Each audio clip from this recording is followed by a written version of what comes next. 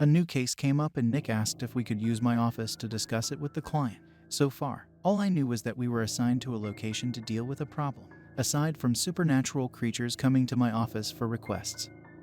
I hadn't really been using it. I set the meeting up early in the day before my office got too hot. I really needed to invest in a portable AC unit if I was going to be using this space more. Nick arrived with a middle-aged woman in a very plain white dress. She was wearing no makeup and her hair was cut and styled neatly to her shoulders. She had a tired look about her, but appeared friendly overall. I let them come inside so I could hear what was being requested of us as I got a bottle of water for our client. I've spoken to your partner a little about it, but he wanted to discuss everything with you present. My name is Ray Moonshine. I live with 40 other people in our own community living space. We are similar to the Amish. We don't use electricity and we grow all our own foods, but our rules are not as strict. We can use modern day technologies and medicines for emergencies. She started to explain. I nodded along, a small feeling of fear starting in the back of my mind. I didn't think she was the type to be tricked into a cult, but the whole thing was already starting to sound like one. Our leader, son, has recently started to change his teachings. I fear he's gone astray and is worshipping a false idol.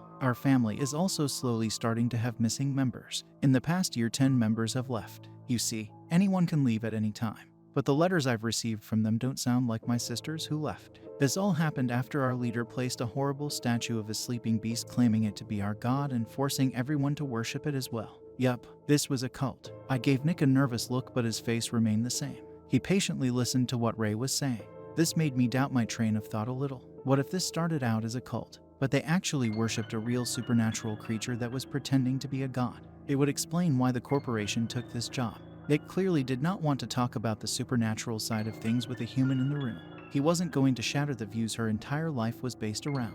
Well, we can take a look and see where those 10 people ended up. You might know them best, and if you're worried, there is most likely a good reason for it, I said. And our client appeared relieved someone was listening to her. I worry about the sleeping beast statue you spoke of and the sudden shift in tone of your leader. I would like to investigate, but it would be difficult doing so while going unnoticed. Ray has agreed to act with us. We can go undercover, joining them for a short while as she keeps an eye on us. However, this may not be ideal for you, Skylar. They are very strict on male and female roles, Nick explained, and Ray gave him a confused look. That would be a problem. My partner respected my privacy and didn't tell Ray about the fact I wasn't fully transitioned until I nodded, giving him permission. Ray hadn't been in the cult for her entire life. She knew about the outside world, but she still did a double take at me after it was explained to her. If I was going to go undercover and join them, I would be placed with the women of the group. To her, I looked and sounded completely male, but I couldn't risk being placed with the men and them somehow finding out my secret and losing our trust. It would cause a massive uproar that would create extra problems for our small investigation.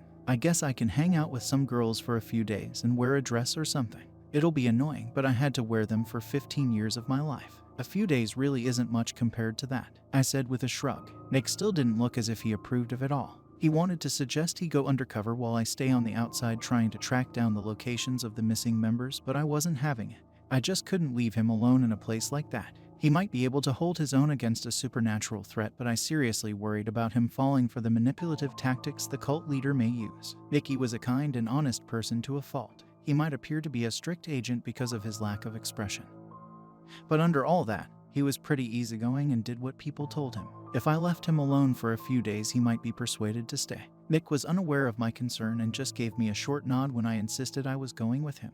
We arranged when we would join Ray and her group, as well as thinking up some sort of cover story. I could use my first name, but easily found a false last name to use. They did run background checks, but the process was slow. We hoped to be gone by the time the results came back a bit suspicious. It turned out Ray was the second in command and might be able to keep our cover for as long as we needed. We planned on arriving at her little community the following Friday. She left, assuring us she could find her way back after everything was arranged, and thanked us again for hearing her out. So, is this totally a cult? I asked the moment she was gone. It most likely is, Nick agreed. Even if we don't find anything supernatural, are we going to do anything? Can we do anything? Ray seems like a nice person. I hate to think of her drinking some Kool-Aid in the future. My arms were crossed as I worried about our client. Nick needed to be given some context about the Kool-Aid references. I explained it to him as he wrote it down along with the other notes he'd taken. This whole thing may have a human culprit behind it all. I honestly thought that might be the case, that the 10 members weren't listening or willing to follow his new ideas. So the leader killed them and poorly covered his tracks. The corporation only dealt with supernatural threats. If this was a cult leader going off the deep end, would we end up needing to drop this case on the police? How would Ray handle all of that, on top of looking for any supernatural threats? We'll keep an eye out for signs of abuse. Ray mentioned the members are free to leave, but don't generally do so, regardless of if a creature is behind the disappearances. The corporation will step in and disband the cult if needed, along with providing counseling and any other support needed for the members. I've offered to pay for the costs. The corporation has the connections needed to hire support, but funding for anything not related to creatures is not a priority. That was a relief. I really hope this was just people peacefully owning land and living an alternative lifestyle away from the burdens of modern society. At the very least, no matter what the outcome was, they would all get some help. This also confirmed my suspicions that Nick was fairly rich, especially if he could fund such a massive thing as around 40 people getting counseling and being relocated if needed. He wasn't the type to care about name brands or even buying anything for himself, and due to some cases paying a large sum, he might have a small fortune stashed away. I bet if I asked, he could gladly give me any amount I wanted to solve my money problems. I refused to do so though. He was my partner, not a source of free cash. Without much to go over, he left so we could both get ready for next Friday, when he picked me up so we could drive over to the plot of land the small community owned. I was shocked at his massive change in appearance. Nick had dyed his hair a jet black. It looked so natural it just didn't feel right after seeing his odd pinkish hair color for so long. "You look weird," I commented, still stunned. A very small hint of panic came over him as he kept checking his reflection in his car mirror. He had dyed his hair so he would appear normal. I needed to correct myself, saying he looked extremely normal. And that was what was weird. He really didn't understand but accepted the answer. If he was dealing with the public on a case, he would need to dye his hair. So far, it hadn't really been needed. His natural hair color was far too strange for a government agent to have, so this was the first time I'd seen him with darker hair. I hope to have enough information within 3 days. The dye fades very quickly. After that time, my hair may lighten to its natural shade, and Ray has commented it would be difficult to sneak in more dye. Nick mentioned as we started to drive. 3 days didn't give us very long until our cover was finally blown. We really just needed to check out the strange sculpture and look for signs of murder. The community was a 4-hour drive. Since it was so close, the corporation didn't give us a transportation spell. Ray was ready to meet us at the gate and led us to a small hut to let us get changed. The place was fairly beautiful and peaceful. Nick and I were separated the moment we arrived. We took turns getting changed, and Ray let a member take our car to park somewhere else. We were stripped of everything. No outside items could be brought inside. Nick was changed first, disappearing inside the shack and coming out in a plain white t-shirt and pants. A man took him to a horse-drawn cart to be taken away. In the community, the men and women wouldn't interact unless it was for work or eating. It was extremely awkward getting changed in front of an older motherly kind of women watching. She was ensuring I wasn't sneaking in a cell phone. She appeared mortified from the minor scars on my chest. She silently handed over a sports bra I most definitely didn't need. There was no avoiding putting it on along with a plain white dress. She let me keep my own boxers, which was the only thing that kept me from walking out on this case. I was taken to the small community on the back of a different cart while the woman started to explain the rules. They woke up at sunrise, worked for the morning before lunch. After eating, there were more chores and then some downtime before everyone went to bed at sunset. The women did cooking and cleaning along with raising the few children in the group. Thankfully, the kids were at least homeschooled. At least they were taught math and how to read, along with financial advice if they ever decided on moving away, even though it was a choice. I doubted any of the children born and raised in the community would ever leave. They simply didn't know of any other life. We arrived at a small area with a handful of buildings surrounded by fields. Since it was after lunchtime, the rest of the women were busy with chores. A few were washing a pile of sheets. Others were tending to the gardens and picking tomatoes for dinner. I heard chickens clucking and spotted a barn, which was the second largest building, the largest being a church that was in dire need of being painted. They had already put Nick to work near the barn, hauling hay. I watched him for a few seconds before getting dragged away. He needed to tone it down. Someone his size shouldn't be able to easily lift hay bales that large. I heard from Sister Ray that you did look like a man, but never thought you completely lost your womanly charm. It's terrible that your parents let you mutilate your body in such a way. At least you came to your senses and arrived here before more damage was done. Rose, my caretaker, said, as she guided us down the small dirty road. Not answering back in a snippy tone was the hardest thing in my life so far. I knew her upbringing gave her this mindset, but it still made my blood boil when she introduced me to the other women as Sister Sky. This was going to be harder than I thought. The three I should be working with looked so uncomfortable that in the end Rose and I worked on our own in the hot sun. Give them time. They'll warm up to you. It's the first time we welcomed someone like you here, Rose said as we pulled at weeds in the garden. This was going to be way harder than I thought. The work kept my mind off things and I held my tongue the entire day. I really wanted to believe this place wasn't as bad as I feared it to be. It was only when I was helping with dinner that another girl named Hazel was brave enough to come over to speak with me. So far, I hadn't seen any signs of any graves in the fields, or the sense that this group had anything to hide. I wanted to speak with the other girls to find out any gossip about the missing members. That topic needed to come up naturally. So I let Hazel speak and guide the conversation to start. So, the sisters and I are just wondering, are you still able to have children? She asked in a small voice. I nearly sliced my finger off hearing her question. I suppressed a dirty look. I don't think that's anyone's business, I said in an even tone. Oh, but it is. Isn't it? Raising children is the most blessed thing a woman can do with her life. If you're unable, then we can accept you to help raise ours. I'm sure you'll be motherly once your hair grows out a little. Our leader's son graces us with children when we're ready. My previous husband refused to try again after we lost our first child, but son was willing to try again as many times as it took. Hazel spoke with stars practically in her eyes. I felt sweat run down my face despite how cold I was. Of course, their leader would gladly sleep with any women who asked him as many times as needed. He wasn't the one raising the child, and if it passed away due to complications, he wouldn't care. Without meeting this man, I knew he was a piece of trash that brainwashed a group of girls to be his own personal harem. I couldn't speak or else I would risk revealing how sick this all made me. I'm glad for you, I finally replied, hand trembling as I kept dicing tomatoes. This cult needed to be broken apart no matter what we found.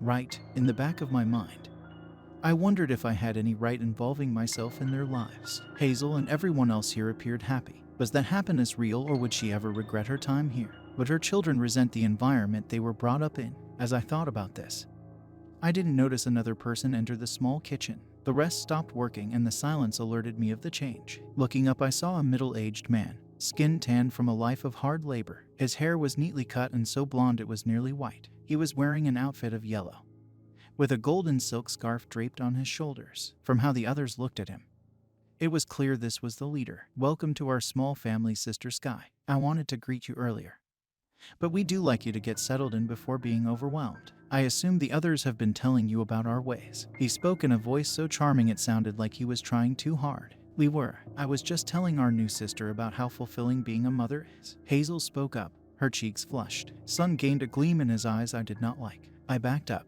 The wooden counter pressed against my waist as I tightened the grip on the knife I was using. He noticed how defensive I got and it made a smile crease his face. When you're ready, Sister Sky, we can try together to give you a welcoming family like I did with Hazel, as many times as you like, along with holy guidance.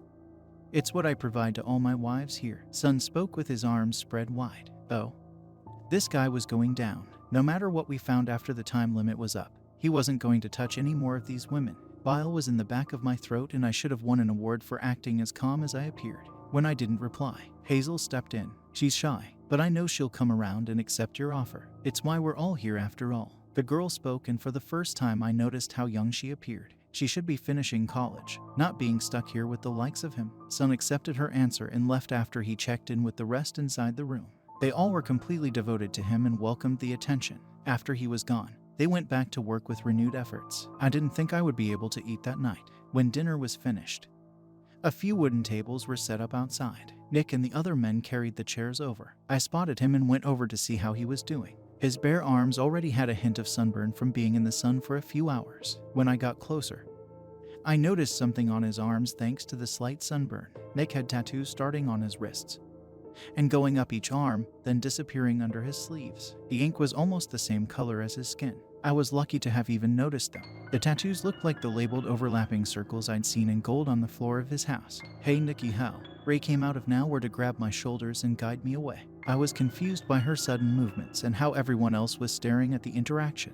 I know you miss your friend, but if you speak with him now, everyone will assume it's not for work, Ray whispered, but I started. She shook her head to silence my defense. We couldn't even speak to each other even if we pretended it was related to our chores. She sat next to me to make the rest of the table calm down and to prevent the other girls from trying to talk to me about my mistake. The men ate somewhere else aside from Sun. He sat at a table by himself, before he permitted the rest to even start dishing out dinner. Sun made a speech about welcoming their 2 new members, along with a lot of nonsense about his God and how holy his guidance was. I'd forgotten his rant moments after he was finished. Ray got me to eat a little, but overall, I wasn't feeling it. After dinner, the chore I was entrusted with was washing dishes. I wanted to speak with Ray, but she left to go deal with other things the moment after she was finished eating. Our spare time came an hour before bed. I spent it walking around, trying to find any clues for the reason why we had come. Sun's small building was locked. I would need to try and go inside at a later time when there was less of a risk of being caught. Talking to Nick was out of the question, not finding any clues. I gave up on achieving anything the first day and headed to bed, although I wouldn't be able to sleep at all. The other girls slept in the same buildings, and there were 10 beds. I was given some sleeping clothing but couldn't change in front of them. I even waited outside until they were finished getting ready. None of them said it out loud, but they were grateful I did so. The bed I used was hard and the sheets scratchy. I laid awake wondering what the next step should be. Should we just let the police take this over? So far there wasn't a hint of anything supernatural. After we managed to see what was in the church, the decision needed to be made. A small tapping at the window caused me to sit up, silently getting out of bed. I crept over to the half-open window as the rest slept, peeking outside. Nick and Ray stood waiting for me to make an escape. My dress got caught on the wooden windowsill for a few seconds as I silently cursed. Nick helped, and it was a miracle no one woke up. We walked towards the church with only moonlight to see by, instead of going inside. We went around the back to look into a large stained glass window. Ray pushed on it and the entire thing swung inside, creaking a little as it did so. "This is the statue I was speaking about," she said in a hushed tone. Moonlight poured in over a pitch-black shape. Our eyes adjusted after a while to take in the form of the creature. It looked like a real living thing instead of the sculpture Ray said it was. Large bat-like wings curled around the black body, and the beast had its knees to its chest and head pressed down. Covered by the wings, countless tendrils of black poured out, almost like hair. This thing took up most of the back of the church. Fur ran down its spine, and I could not think of any substance this could be made from. It had to be real. It's a creature, but I do not sense anything from it, Nick said finally.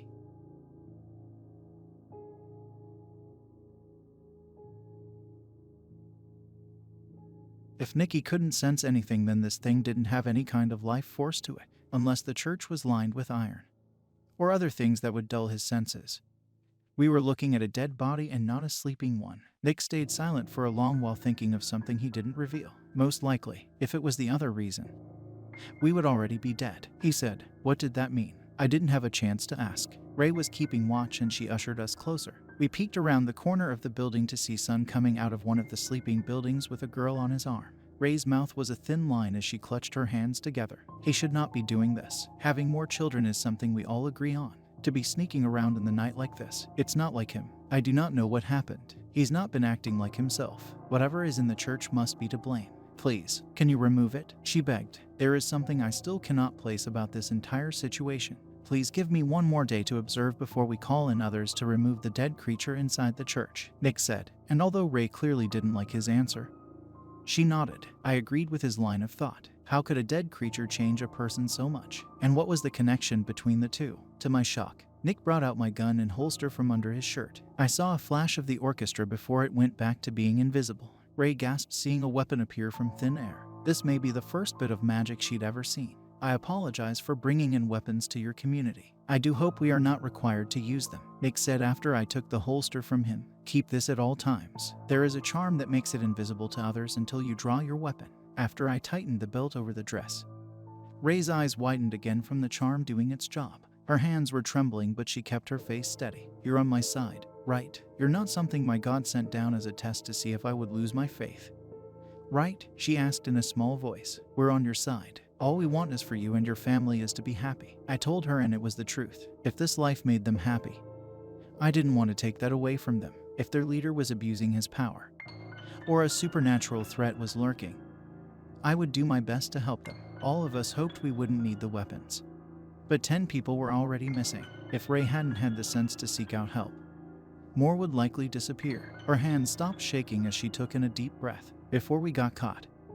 all of us went back to where we should be sleeping. But before Nick went off towards the men's building, I commented on how dirty his outfit got during the day and why he wasn't given a second outfit for bed. Oh, apparently there is a hazing ritual for the new male members. They're forced to sleep with the chickens under the pretense of looking out for other animals that might be trying to eat them. He answered, which also explained why he smelled like a barn. Ray was very disappointed in the few men. She made a mental note of harshly speaking to them in the morning. Nick wasn't bothered in the slightest. He liked being around animals and might have slipped off to hang out with them at night on his own accord. Breaking him would take a lot more than sleeping next to some chickens. He helped me back through the window, and somehow no one woke up. The hard day of work put them all into a deep sleep. With the gun at my side, I was able to get a few hours of sleep. One moment my eyes closed. The next it was morning with a new bundle of chores to take care of. The second day the girls were much chatter with me as we worked, all curious about the male and yet being born a different gender idea. Some came from strict families before coming to the small community, so they didn't really understand it. I gave short answers, not wanting to talk about it, but I did get them to speak about the 10 missing members. They all spoke about how shocked they were those members had left. All appeared to be happy at the community even though some of them had just arrived. Others were children that came with their mothers who just decided to leave overnight. They did report 1 or 2 of them missing to the police, but it was clear the locals wanted nothing to do with them. I wished I carried around notebooks like Nick to put all this information down. It was a lot of names to keep track of, as I was trying to find out one of the mothers of the missing teenager. A bell chimed, making everyone freeze. The sound came from the church and echoed through the fields. Everyone dropped what they were doing to start walking over and spoke in hushed tones, asking each other if they knew why they were having church that day. I followed, and Ray found me. She led me up to the front empty row. Nick was seated with us, but the rest of the members sat further back. Only the new members and the second in command could use the front row. In the daylight, the black dead creature looked more ominous than before. How anyone could live for an entire year seeing that thing every day was a mystery. I would have gone off to ask someone to explain it the moment I saw it. Sun was standing up front, only speaking when the door fully closed. I called us all here for a simple reason. New members should be a thing to rejoice, but we have heathens in our community. He spoke in an even tone. Sweat started to break out on the back of my neck as the people behind us whispered. Ray's face flushed, ready to defend us. We do not require the new members to worship our God. They only need to work alongside us and be happy here, she said, her hands clutching her white dress. Oh, and why not? Our God is the sun during the day and the moon at night. It watches over us at all times. It has blessed us with life and with its physical body. Sun's voice became fanatical as he gestured to the dead creature on top, a few steps behind himself. Ray shot to her feet to the shock of everyone. I joined her, only to have 2 men grab my arms and the other 2 do the same to Nick when he stood. He could easily get free, but didn't want to hurt them while doing so. That is not our God, Ray yelled back. And who are you to say? You have lost your way. You, the one who brought these 2 into our home. They shall destroy us. As a defense, our God came down to stop it, but became weak and split in 2. Our God's body lay here resting as his power and mine came into my body. I hold his power. Therefore, I am your God now. I shall protect our family we created from the ones trying to tear us apart. He ranted a bit more, but Ray and myself were too pissed off at him to listen. I couldn't stop her as she charged at him. She stopped in front of Sun and slapped him so hard it echoed through the space and nearly knocked him over. Gasps came the crowd at the scene. My respect for Ray grew tenfold. You are no God. Her voice filled with hate. His arms darted out, grabbing her and turned her around, with one arm around her neck.